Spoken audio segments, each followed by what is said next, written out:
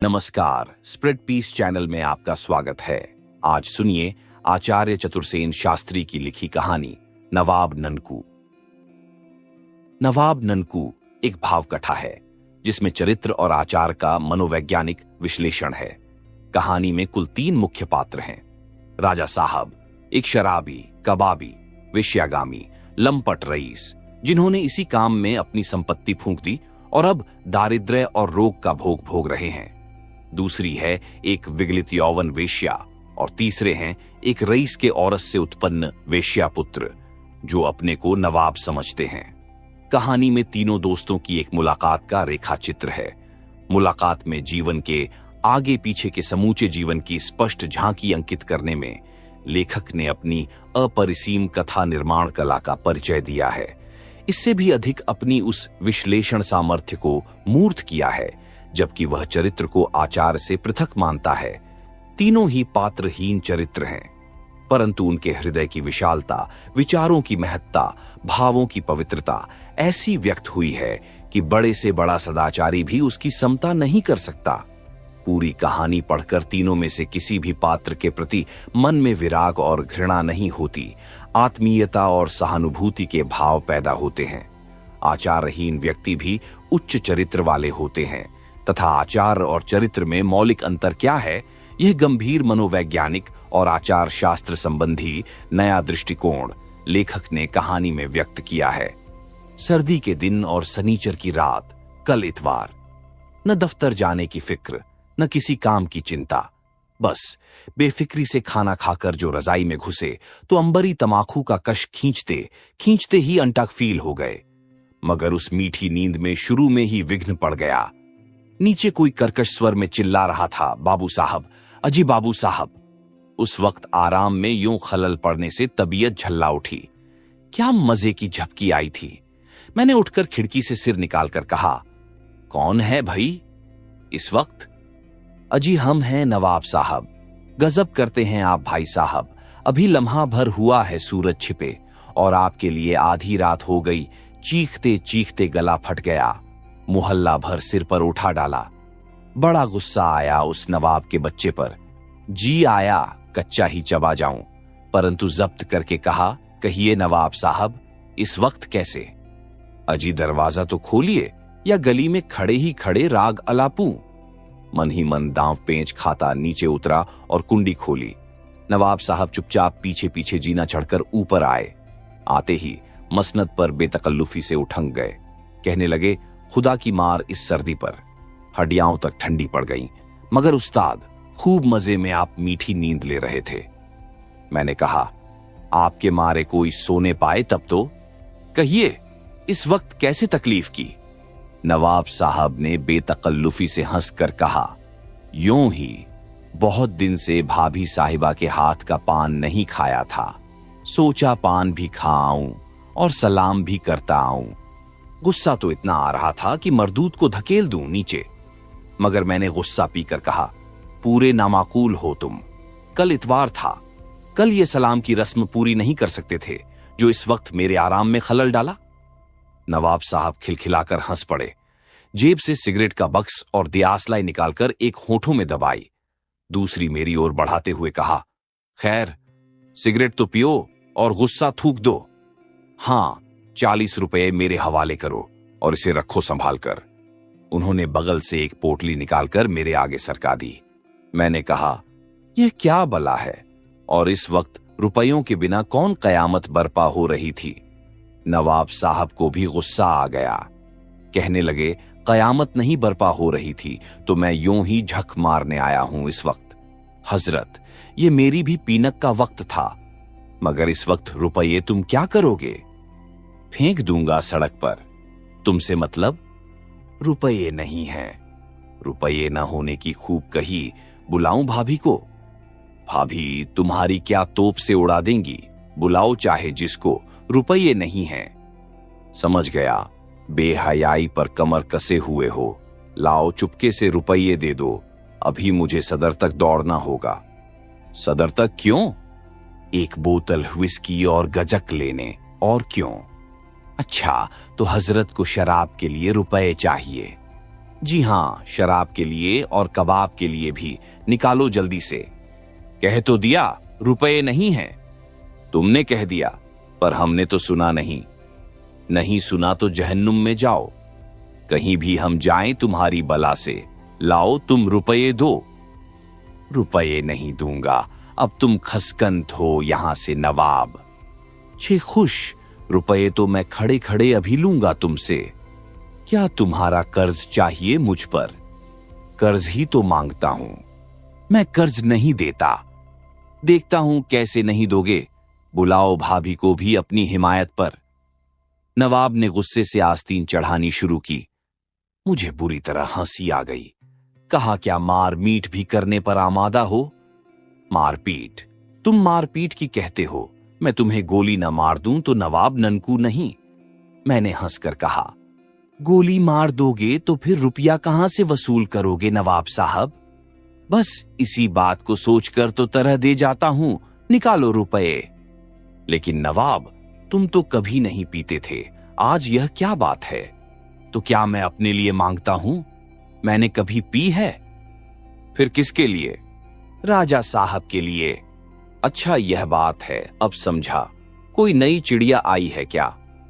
राजेश्वरी आई है बनारस से। तो तुम क्यों उस शराबी के लिए झक मारते फिरते हो? तब कौन झक मारे? तुम चाहते हो राजा साहब खुद तुम्हारे दरवाजे पर आकर 40-40 रुपल्ली के लिए जलील होते फिरें? वे कुछ भी करें, तुम्हें क्या? जो जैसा करेगा भोगेगा। जिसने लाखों की जमीन जायदाद, झर जवाहरात सब शराब और रंडी भड़ुओं में फूंक दी, तुम उससे क्यों इतनी हमदर्दी रखते हो? क्या मैं हमदर्दी रखता हूं? तब मैं मोहब्बत करता हूं उनसे, उनकी इज्जत करता हूं। किस लिए? सुनो, पहले तो वे मेरे बड़े भाई, दूसरे ऐसे दाता, ऐसे प्रेमी, ऐसे बात की धनी, ऐसे दिलवाले कि दुनिया में चिराग लेकर ढूंढो तो कहीं मिल नहीं सकते। शराबी और रंडीबाज भी क्यों नहीं कहते? वह तुम कहो।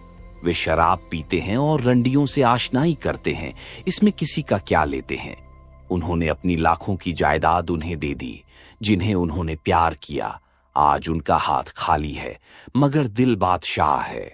वे जीते जी बादशाह रहेंगे। मैं उन्हें पसंद करता हूं, प्यार करता हूं, इज्जत करता हूं। मैं नहीं बर्दाश्त कर सकता कि वे दुनिया के आगे हाथ फैलाए। और तुम उनके लिए भीख मांगते फिरते हो। किससे मैंने भीख मांगी है, कहो तो?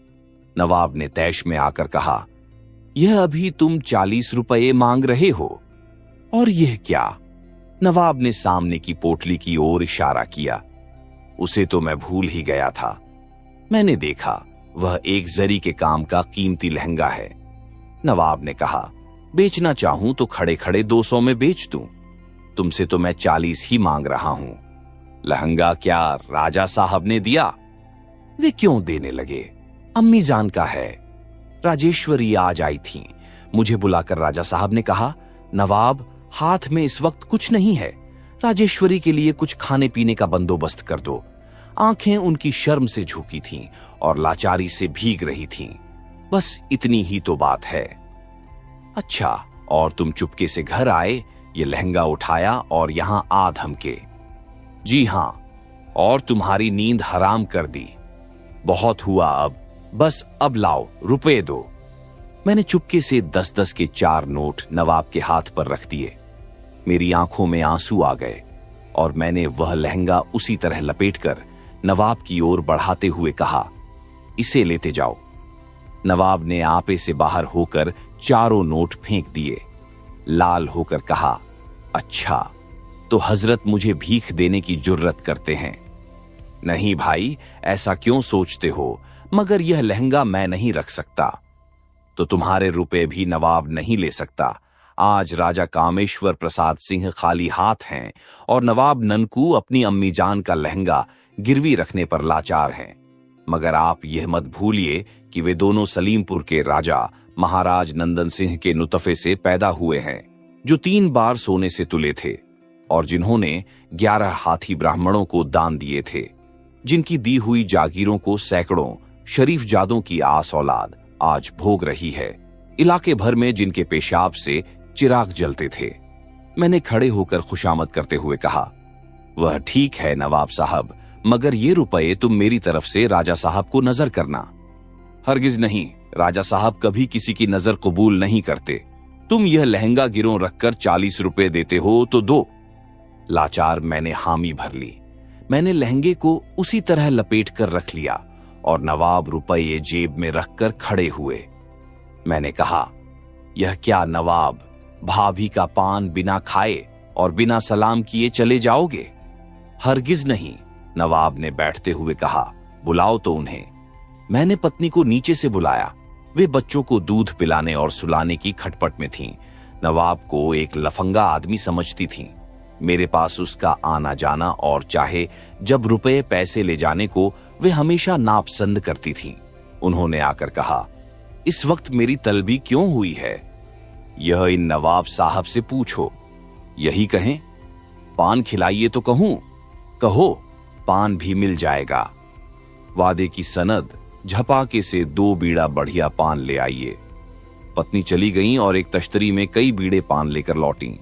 उसमें से 2 बीड़े उठाकर नवाब ने हाथ में लिए, अदब से मेरी पत्नी के सामने खड़े हुए और जमीन तक झुककर कहा, सलाम बड़ी भाभी, आपका यह गुलाम नवाब ननकू आपको सलाम करता है और आपकी दुआ की इस्तिजा रखता है। पत्नी मुस्कुराई। उन्होंने कुछ झेंपते हुए कहा, कभी बच्चों को भी नहीं भेजते नवाब साहब, एक बार भेजो। जो हुक्म बड़ी भाभी, सलाम। नवाब साहब ने और एक सलाम झुकाई और चले गए। मेरी नींद बहुत रात तक गायब रही। मैं अंदाजा न लगा सका कि यह व्यक्ति संसार के सब मनुष्यों से कितना ऊंचा है। कमरे में एक और अंगीठी जल रही थी। राजा साहब पलंग पर लेटे थे और एक खिदमतगार धीरे धीरे उनके पांव सहला रहा था। राजेश्वरी नीचे फर्श पर बैठी छालियां काट रही थीं। चांदी का पानदान सामने खुला रखा था। राजा साहब गंगा जमुनी काम की गुड़गुड़ी पर अंबरी तंबाकू पी रहे थे और धीरे धीरे राजेश्वरी से बातें कर रहे थे। राजेश्वरी की उम्र 40 पार कर चुकी थी। बदन उसका कुछ भारी हो चला था और माथे पर की लटों में चांदी की चमक अपनी बहार दिखा रही थी। फिर भी उसकी पानीदार आंखों और मृदु मुस्कान में अभी भी मोह का नशा भरा था। राजेश्वरी ने कहा, सरकार ने यूं नजरें फेर लीं, मुद्दत हुई पैगाम तक न भेजा, सुनती रहती थी, हुजूर के दुश्मनों की तबीयत खराब रहती है। आखिर जी न माना, बेहया बनकर चली आई। मुझे निहाल कर दिया तुमने इस वक्त आकर। राजेश्वरी दिल बाग बाग हो गया। क्या कहूं, बहुत याद करता हूं तुम्हें, मगर हुजूर की नजरें इनायत पर मैंने हमेशा फख्र किया है और मरते दम तक करूंगी। तुम ज्यो राजेश्वरी, ईश्वर तुम्हें खुश रखे।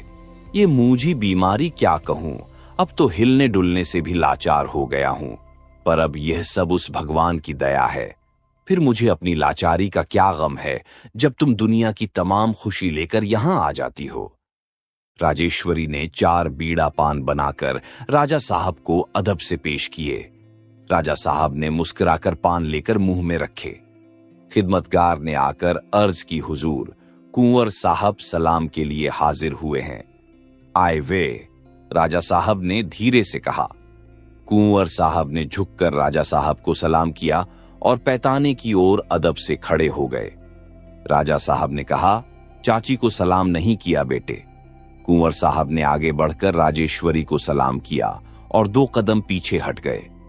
राजेश्वरी खड़ी हुई, आगे बढ़कर कुंवर साहब के पास पहुंची, उनके मुंह पर प्यार से हाथ फेरा और 2 अशरफियाओं निकालकर उनकी मुट्ठी में जबरन थमा दी। कुंवर साहब ने पिता की ओर देखा। राजा साहब ने कहा, ले लो और चाची को फिर मुकर्रर सलाम करो। कुंवर साहब ने फिर झुककर सलाम किया। राजेश्वरी ने दोनों हाथ उठाकर आशीर्वाद दिया। राजा साहब ने इशारा किया और कुंवर साहब चले गए। एक ठंडी सांस खींचकर राजा साहब ने कहा, इस निकम्मे बाप ने अपने बेटे के लिए भी कुछ न छोड़ा राजेश्वरी, मगर तसल्ली यही है कि ज़हीन है, पेट भर लेगा। हुजूर ऐसा क्यों फरमाते हैं? इन मुबारक हाथों से भीख पाकर लोगों ने रियासतें खड़ी कर ली हैं। दुनिया में दिल ही तो एक चीज है हुजूर, भगवान भी यह सब देखता है। वह उस आदमी की औलाद पर बरकत देगा जिसने अपनी जिंदगी में सबको दिया ही है, लिया किसी से भी कुछ नहीं। राजा साहब ने हाथ बढ़ाकर राजेश्वरी का हाथ पकड़ लिया। बहुत देर तक कमरे में सन्नाटा रहा। दो पुराने किंतु पानीदार दिल मन ही मन एक दूसरे को यत्न से संचित स्नेह से अभिषिक्त करते रहे। आखिर राजा साहब ने एक ठंडी सांस भरी और गुड़गुड़ी में एक कश लगाया। नवाब ननकू हांफते हुए बरामद हुए। उनकी नाक पर की ऐनक नाक की नोक पर खिसक आई थी। आते ही उन्होंने खिदमतगार को एक डांट दी। अरे कमबख्त, बदनसीब, अंगीठी में और कोयले क्यों नहीं डाले? वह बुझ रही है। नवाब साहब जब तक हुक्म न दें, ये नवाब के बच्चे काम न करेंगे। राजा साहब को द्वारा हो गया तो याद रख, कच्चा चबा जाऊंगा। उठ, जल्दी कोयले डाल। खिदमतगार चुपके से उठ गया। नवाब ने ही हंसते हुए कहा, देखा राजेश्वरी भाभी, खिदमतगार साले नवाब ननकू के आगे बंदर की तरह नाचते हैं, मगर मुंह पर कहता हूं बिगाड़ दिया है राजा साहब ने। नौकरों को बहुत मुंह लगाना अच्छा नहीं, लेकिन नवाब, उन गरीबों को 6-6 महीने की तनख्वाह नहीं मिलती है, बेचारे मोहब्बत के मारे पड़े हैं। तो इससे क्या, उनके बाप दादों ने इतना खाया है कि 7 पीढ़ी के लिए काफी है। मगर उन्होंने खिदमत भी तो की है, तो रियासतें भी तो पाई हैं। अच्छा देखूं तो राजेश्वरी के लिए क्या क्या चीज लाए हो, देखिए और दाद दीजिए नवाब को। नवाब ने बोतल बगल से निकाली। और भी बहुत सा सामान। अरे ये इतनी खटपट किस लिए कि नवाब साहब? राजेश्वरी ने कहा। जी, जैसे आप चिऊंटी के बराबर तो खाती ही हैं, फिर आई कितने दिन बाद हैं राजेश्वरी भाभी। जानती हैं राजा साहब कितना याद करते हैं? जब राजेश्वरी जबान पर चढ़ती हैं, आंखें गीली हो जाती हैं। अम्मीजान कहती थीं, बड़े महाराज का भी यही हाल थे, जरा सी बात पर दिल भारी कर लेते थे। वे देवता था नवाब साहब। और ये इन्हें पहचाना किसने है अभी? दुनिया ऐसों को कभी न पहचान पाएगी। खिदमतगार अंगीठी टंच करके रख गया। नवाब साहब ने खुश होकर कहा, यह बात है रामधन, मगर देखो मैंने तुम्हें एक गाली दी है और ये 2 रुपये इनाम देता हूं। नवाब ने 2 रुपये निकालकर रामधन की ओर बढ़ा दिए। रामधन ने नवाब के पैर छूकर कहा, हुजूर, आपकी गालियां खाकर ही तो जी रहा हूं।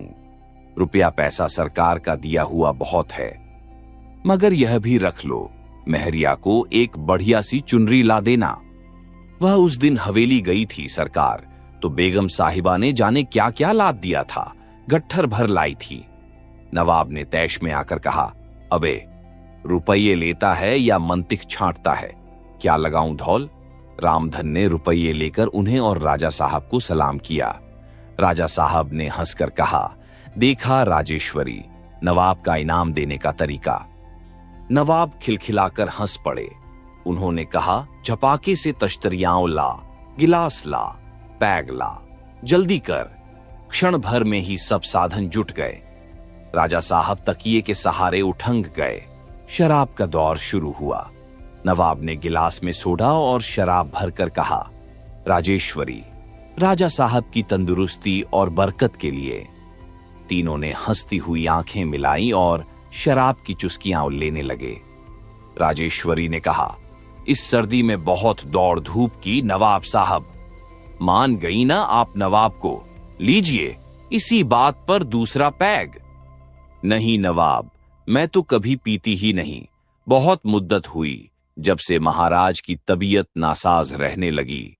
आज मुद्दत बाद मुंह से लगा रही हूं। तो पूरी कसर निकालिए राजेश्वरी भाभी। नवाब को इस ठंडी रात में उस साले ठेकेदार से बहुत मगजपच्ची करनी पड़ी। साला वही रद्दी माल पटील रहा था। मैंने कहा, वह बोतल निकाल जो उस दिन हमारे सरकार की खिदमत में गई थी, और यह कबाब, सच कहता हूं राजेश्वरी भाभी, कस्बे में दूसरा नहीं बना सकता। वाकई बहुत अच्छे बने हैं, मगर आप तो खाते ही नहीं नवाब साहब। वाह, खिलाने में जो मजा है वह खाने में कहां। देखा था अम्मी को, वही एक शौक उन्हें मरते दम तक रहा, एक से एक बढ़कर चीजें बनाना और खिलाना। मुझे याद है नवाब, मैं तब बहुत बच्ची थी। आपा के साथ आती थीं। वे छोड़ती ही न थीं, खींच ले जाती थीं। जितना खिलाती थीं क्या कहूं। मगर अब अम्मी तो है नहीं। नवाब उनका नालायक लड़का है। उसने विरासत में अम्मी की वह आदत पाई है। लीजिए, यह पैग तो पीना होगा। मगर उधर तो देखो नवाब, महाराज ने सिर्फ होठों से छूकर ही गिलास रख दिया है। पी कहां? क्या कहूं राजेश्वरी, तकलीफ देती है, पी नहीं सकता। डॉक्टरों ने भी मना कर दिया। मगर तुम पियो राजेश्वरी, आज मैं बहुत खुश हूं। लाओ नवाब, राजेश्वरी को एक पैग मैं भर कर दूं, और हुजूर एक नवाब को भी। ओह, ये कब से? तुम तो कभी पीते नहीं थे। आज ही से, अभी अभी एक पैग पिया है मैंने। राजा साहब ने 2 पैग तैयार किए, गिलास में भरकर कहा, लो राजेश्वरी, और तुम भी नवाब। वाह हुजूर, यूं नहीं, जरा सा झूठा कर दीजिए कि यह जाम पाक तबर्रुक हो जाए, नवाब ने कहा। राजा साहब हंस दिए। उन्होंने नवाब का हाथ पकड़कर और खींचकर छाती से लगा लिया। फिर आंखों में आंसू भरकर कहा, ननकू मेरे प्यारे भाई, हमारी मां 2 थीं, मगर वालिद एक थे। फिर भी तुम मेरे सगे भाई हो, ऐसे जैसा दूसरा मिलना मुश्किल है। और ननकू, मैं सिर्फ प्यार की बदौलत ही जी रहा हूं। उन्होंने प्याला होठों से छुआ कर नवाब को दिया और नवाब गटागट पी गए। उनकी आंखों में आंसू और होठों में हंसी बिखर रही थी। नवाब ने कहा, राजेश्वरी भाभी, बहुत दिन से सूने सूने दिन जा रहे थे, आज तो कुछ जंच जाए। मगर नवाब, गले में अब सुर तो रहे ही नहीं। बेसुरा ही सही। महाराज ने हंसकर कहा, राजेश्वरी, आज नवाब को बहुत मेहनत करनी पड़ी है, उसकी बात रख लो। जो हुक्म, मगर मेरी एक अर्ज है। कहो। नवाब साहब को जो तबर्रुख बख्शा गया है, वही लौंडी को भी इनायत हो। ओह, अच्छा ठहरो, सब्र करो। नवाब ने इशारा किया। रामधन तबला, हारमोनियम ले आया। हारमोनियम नवाब खींच बैठे और रामधन ने चारों ओर तकिए लगाकर राजा साहब को आराम से बैठाकर तबले उनकी गोद में रजाई में लपेट कर रख दिए। अंबरी की तमाकू की एक नई चिलम चढ़ा दी। तबले पर हल्की चोट देते हुए राजा साहब ने कहा, राजेश्वरी, अभी उंगलियों पर लखुए का असर नहीं है, काम दे रही है। राजेश्वरी ने चुपचाप आंखों में प्यार भरकर राजा साहब पर उड़ेल दिया और आलाप लिया। हारमोनियम पर नवाब की अभ्यस्त उंगलियां नाचने लगीं और तबले पर मृदु मंद ताल नृत्य करने लगा। राजेश्वरी की प्रौढ़ स्वर लहरी ने वातावरण में एक प्यास उत्पन्न कर दी। यह वैसी न थी जैसी वासना और यौवन की आंधी के झोंकों में मिली रहती है। यहां 3 प्रेमी विश्वस्त, पुराने और ऊंचे हृदय अपने भौतिक आनंद की चरम अनुभूति ले रहे थे। वे लोग आप ही अपनी कला पर मुग्ध थे, आप ही अपनी तारीफ कर रहे थे, आप ही अपने में पूर्ण थे। तो हुजूर, अब कब? जब मर्जी हो राजेश्वरी। तबीयत होती है कि कुछ दिन कदमों में रहूं। मैं भी चाहता तो हूं राजेश्वरी, पर तुम्हारी तकलीफ का ख्याल करके चुप रह जाता हूं।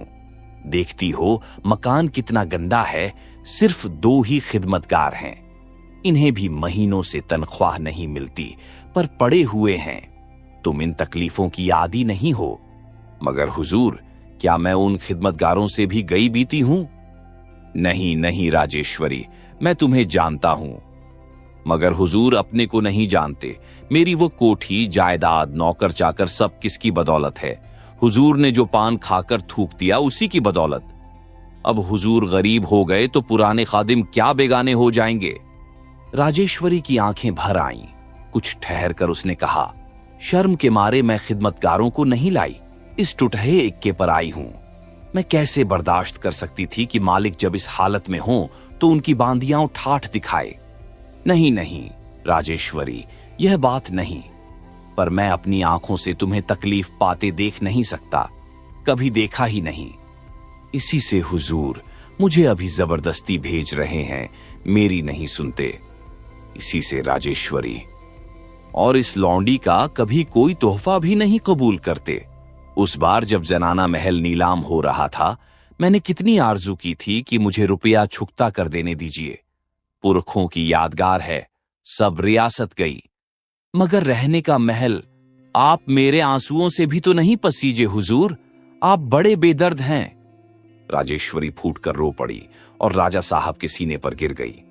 राजा साहब उसके सिर पर हाथ फेरते रहे, फिर कहा, तुम भी बच्ची हो गई हो राजेश्वरी, अब भला उतना बड़ा महल में क्या करता, अकेला पंछी।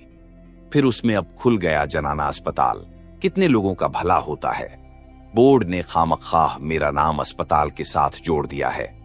जी हां, खामख्वाह ही, वह लाखों की स्टेट जो कौड़ियों में दे दी, और अब हुजूर इस किराए के मकान में बहुत खुश हैं। बहुत खुश राजेश्वरी, बहुत खुश, न ऊधो का लेन न माधो का देन। लेकिन बहुत देर हो रही है राजेश्वरी, गाड़ी पकड़नी है, स्टेशन काफी दूर है और रास्ता बड़ा खराब है। तुम्हारा इक्का आ गया, धक्के दीजिए मुझे, बूढ़िया जो हो गई हूं, अब आप यही तो करेंगे। राजा साहब असंयत होकर पलंग से आधे उठ गए, राजेश्वरी को खींचकर छाती से लगा लिया, फिर प्यार से उसके गंगा जमुनी बालों की लटों को उंगलियों में लपेटते हुए कहा, बुढ़ा बुढ़िया कौन होता है राजेश्वरी, मेरी आंखों में तुम वही नए केले के पत्ते से रूप वाली, अछूते यौवन और अपार प्यार वाली, मेरे दिल और दिमाग की तरावट राजेश्वरी हो।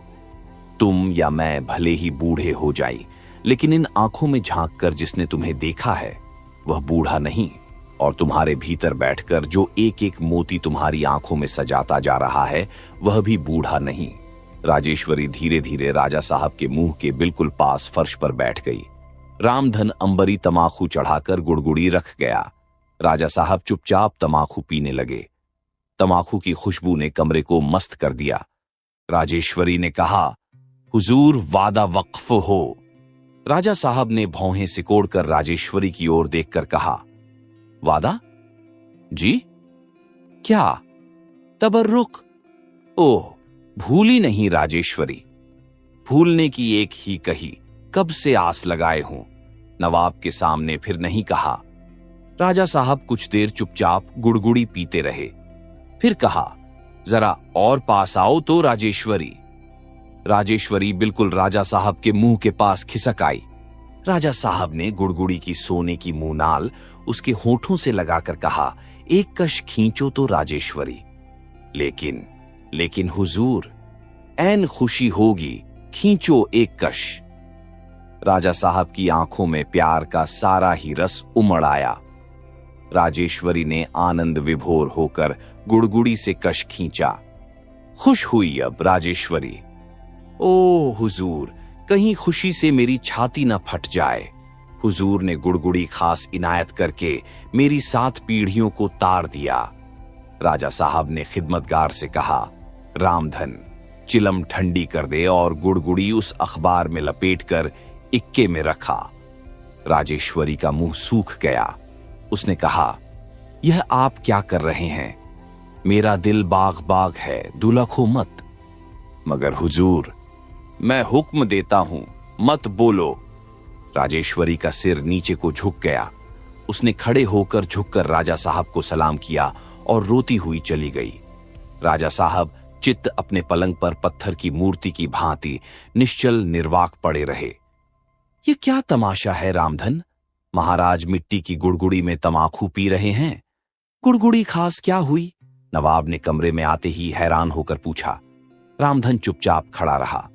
उसे बाहर जाने का इशारा करते हुए राजा साहब ने मुस्कुराकर कहा, यहां आओ नवाब, मैं बताता हूं। नवाब ननकू एकदम पलंग के पास जा खड़े हुए। राजा साहब ने हंसकर कहा, बैठो। मगर मैं पूछता हूं, गुड़गुड़ी खास क्या हुई? बैठो तो कहूं। नवाब ने बैठकर कहा, कहिए। राजा साहब ने रजाई से हाथ बाहर निकालकर नवाब का हाथ पकड़ लिया। कहा, नाराज न हो नवाब, राजेश्वरी को दे दी। क्या उन्होंने मांगी थी? नहीं, मगर उसे खाली हाथ कैसे जाने देता? तुम देखते ही हो, खानदान की वही एक चीज मेरे पास बची थी। नवाब कुछ देर होंठ चबाते रहे, फिर बोले, मगर आप मिट्टी की गुड़गुड़ी में तमाखू नहीं पी पाएंगे। मैं गुड़गुड़ी लाता हूं। कहां से? घर से। कहां पाई? अम्मी जान की है, बड़े महाराज ने बख्श दी थी। मेरे पास यह अब तक पाक धरोहर थी, अब आज काम आएगी। राजा साहब ने कहा, बड़े महाराज ने जो चीज बख्श दी वह मैं वापस कैसे ले सकता हूं? तो अब हुजूर नवाब को जीने न देंगे? राजा साहब हंस दिए, मीठे स्वर से बोले, खैर इस अम्र पर पीछे गौर कर लिया जाएगा, पर मिट्टी की गुड़गुड़ी में तंबाकू बहुत मीठा लगता है नवाब। हाँ, यह कहो रात सामान कैसे जुटाया था? मैं जानता हूं तुम्हारे पास छदाम न था। जुट गया यूं ही, नवाब हूं, कोई अदना आदमी नहीं। मगर सच सच कहो, झूठ से क्या फायदा? 40 रुपए बाबू साहब से लिए थे, बड़ी तकलीफ दी उन्हें, अब ये रुपए दिए कैसे जाएं? जल्दी नहीं है सरकार, रहन पर लाया हूं, यूं ही नहीं, जब हाथ खुला होगा दे देंगे। रहन क्या रखा? एक अदद था। क्या अदद? बताओ। आप तो धांधली करते हैं, आपको मतलब? तुम्हें मेरी कसम नवाब। ओफ, कहो कहो। अम्मी का लहंगा था। राजा साहब निश्चल पड़ गए। उनकी आंखों की दोनों कोरों से आंसू बह रहे थे और उनका कांपता हुआ हाथ नवाब के हाथ में था। आप सुन रहे थे आचार्य चतुरसेन शास्त्री की लिखी कहानी नवाब ननकू।